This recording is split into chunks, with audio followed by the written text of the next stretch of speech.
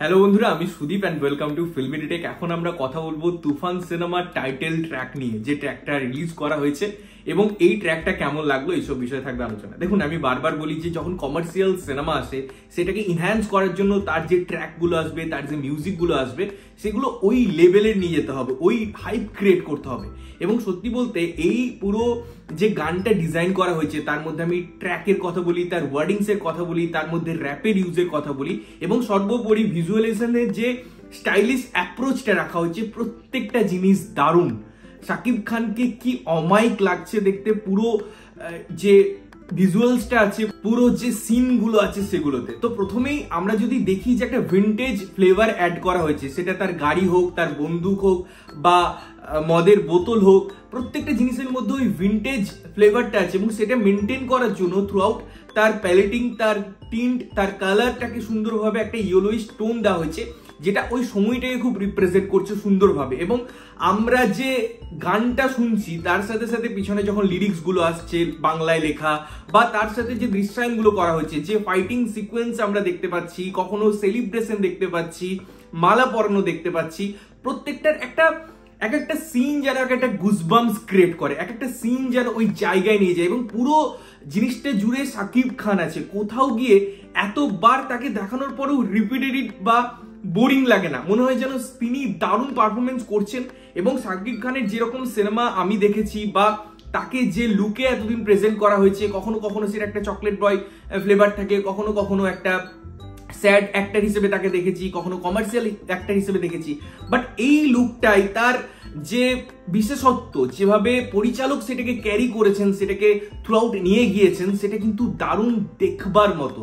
এবং তার ফলে এতগুলো জিনিস একসাথে দারুণ ওয়ার্ক করে, খুব সুন্দর সিঙ্ক হয়। আমি যে বলছিলাম যে এই যে আমরা ভিন্টেজ জিনিসপত্রগুলো দেখছি, বা কখনো যে ওই বন্দুক নিয়ে আসছে সেটা ছেড়ে হাতুড়ি লম্বা, তারপরে যে ফাইটিং সিকোয়েন্স গুলো দেখছি, এর ফলে একটা আভিজাত্য ক্রিয়েট হয়, একটা অলংকার ক্রিয়েট হয়। এবং তার ফলে যে গানটার একটা ফ্লো থাকে, সেটাই যখন র্যাপটা ইন্ট্রোডিউস করা হয় না, তার মধ্যে অটোমেটিকলি একটা রিলিফ ফ্যাক্টর কাজ করে যায়, একটা ইউনিক অ্যাটেম্পট কাজ করে যায়। কারণ আমি টাইটেল ট্র্যাকের মধ্যে কি করব, আমাকে একটা কমার্শিয়াল টাচ রাখতে হবে, সেই গানটা একটা রিদম দিতে হবে, একটা ছন্দ দিতে হবে, কারণ একটা আমি হাইপ ক্রিয়েট করার চেষ্টা করছি, আমি একটা কমার্শিয়াল সিনেমাকে রিপ্রেজেন্ট করছি।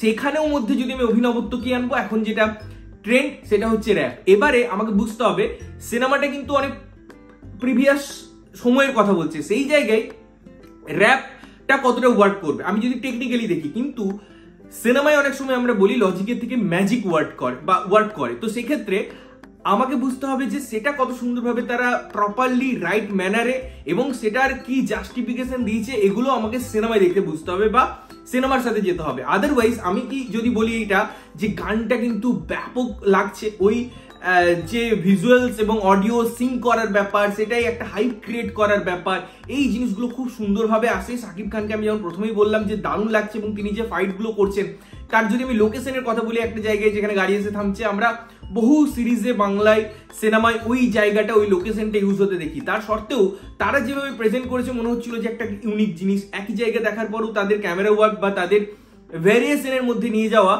ওই জায়গাগুলোকেও কোথাও গিয়ে নতুন করে দিচ্ছে। ইটভাটার মধ্যে যখন চেজিং সিন হচ্ছে, প্রত্যেকটা জিনিস আমার মনে হয় যে ভাবে একটা টাইটেলটাকে প্রেজেন্ট করা উচিত, সেইভাবে তারা প্রেজেন্ট করেছে এবং আমার তো খুব ভালো লেগেছে। এবং তুফান সিনেমার এই একটা গান আসছে, তার যখন প্রমোশনাল মেটেরিয়াল আসছে, বোঝা যাচ্ছে যে তারা যত্ন করে কাজটা তৈরি করেছে এবং সেই হাইপটাকে তারা বরাবর মেনটেন করার চেষ্টা করছে। আমি সুপ্রিমলি এগারলি ওয়েটিং করছি মানে এই সিনেমাটা দেখার জন্য তুফান, এবং তার প্রত্যেকটা প্রমোশনাল মেটেরিয়াল যতগুলো এসছে এখন অব্দি বেশ ইন্টারেস্টিং, বেশ প্রমিসিং। তোমাদের কেমন লাগলো গানটা অবশ্যই কমেন্ট করে জানিও। ততক্ষণের জন্য ভালো থাকবে, সুস্থ থাকবে এবং সবসময় ভালো জিনিস দেখবে। চ্যানেল যদি প্রথমবার দেখছো, লাইক কমেন্ট শেয়ার করতে হবে, সাবস্ক্রাইব করতে হবে, যাতে প্রত্যেকটা নোটিফিকেশন তোমাদের কাছে পৌঁছায়। ততক্ষণের জন্য টাটা।